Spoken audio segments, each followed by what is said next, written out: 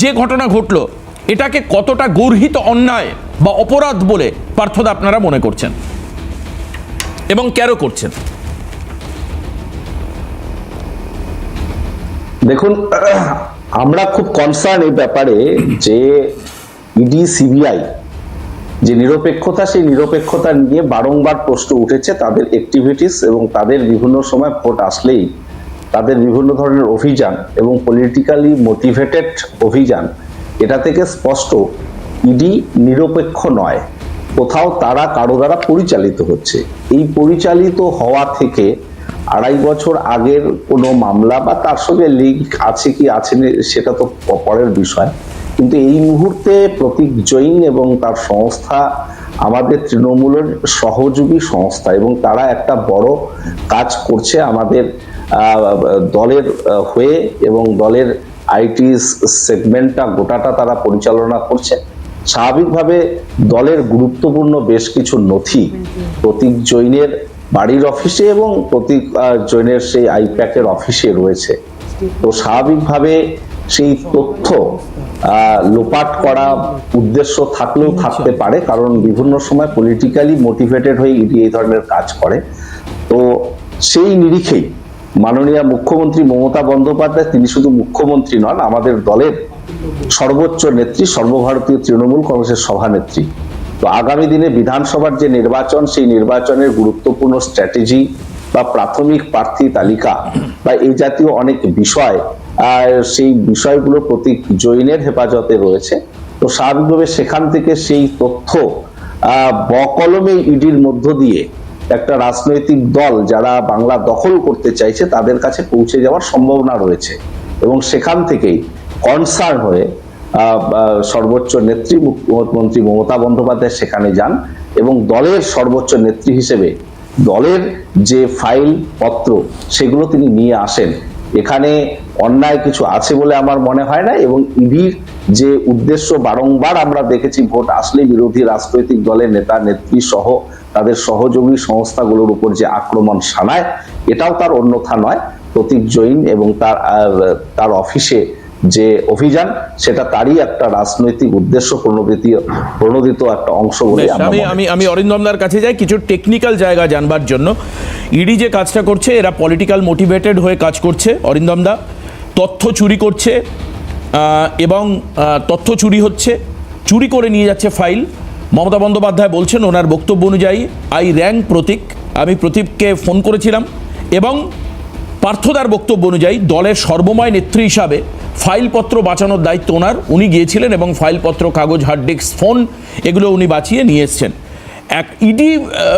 ED যখন তদন্ত করছে, আমি টেকনিক্যাল জায়গাটা একটু জানি, তার হাত মানে ধরে নিন আমার বাড়িতে ইডি তদন্ত করছে, ঠিক সেই সময় আমার এক আত্মীয়, তিনি ধরুন পাড়ার কাউন্সিলর, তিনি এসে বাড়িতে ঢুকে বেশ কিছু কাগজপত্র আমার যেগুলো সেগুলো উনি নিয়ে গেলেন বাঁচিয়ে। এটা কি সম্ভব আদতেও? বা ইডির পক্ষে তথ্য চুরি করা বা নথি চুরি করা এটা কতটা সম্ভব বা কতটা অসম্ভব বলে মনে হচ্ছে? আমি এই জায়গা থেকে জিজ্ঞেস করছি যেহেতু আপনি দীর্ঘদিন পুলিশে কাজ করেছেন। আচ্ছা, আমি অরিন্দমদা মনে আমাদের সঙ্গে সংযোগ বিচ্ছিন্ন হয়ে গেছে আর কি। আমি সুপ্রিয়র কাছে আসি। সুপ্রিয়, অভিযোগ তোমাদের দিকে বিজেপির ডাকাত দল, বিজেপির অঙ্গুলি হেলন এই কাজ হচ্ছে। 2.5 বছর আগের মামলা এখন হঠাৎ করে ভোটের আগে গজিয়ে ওঠার কি মানে আছে? প্রথমত আজকে তৃণমূলের প্রতিনিধিরা কি বলবে জানি না, তবে এখনো পর্যন্ত আমার যতদূর জানা 7জন মুখ্যমন্ত্রী মমতা বন্দ্যোপাধ্যায়কে নিয়ে 7জন মুখ্যমন্ত্রী যারা এতদিন পশ্চিমবাংলায় রাজত্ব করেছেন, যারা সরকার চালিয়েছেন, তারা সকলেই আজকে প্রয়াত। তারাও বোধহয় ওপর থেকে দেখে আজকে ওনার এই কাণ্ড কারখানা দেখে হাসছেন।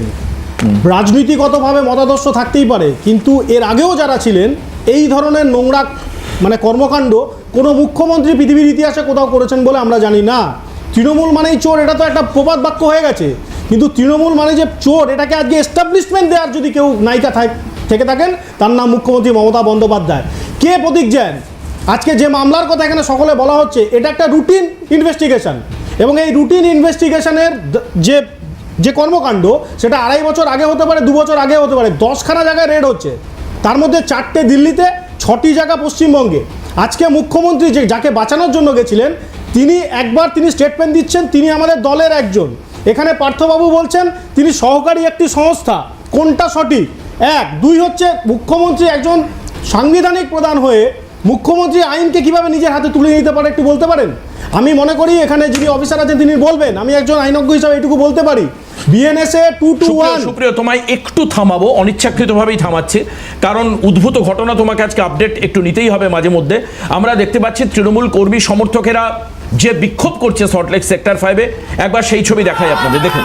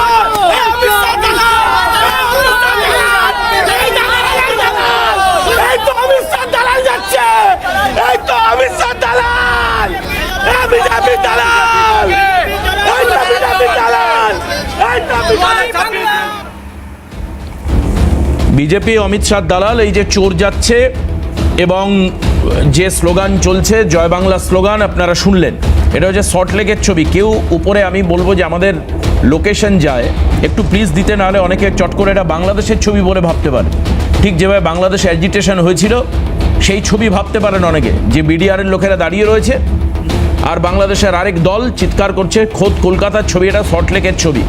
ইডি যখন ইনভেস্টিগেশন করে বেরোচ্ছে, কিছু যুবক তাদেরকে দেখতেই পেলেন, তারা এখানে বিজেপির দালাল, চোর, ছ্যাঁচড় ইত্যাদি বলছেন। পার্থদা কিছু বলতে চাইছেন? পার্থদা। দেবাশিসদা, তোমার এই কথার কন্ডেম করছি আমি।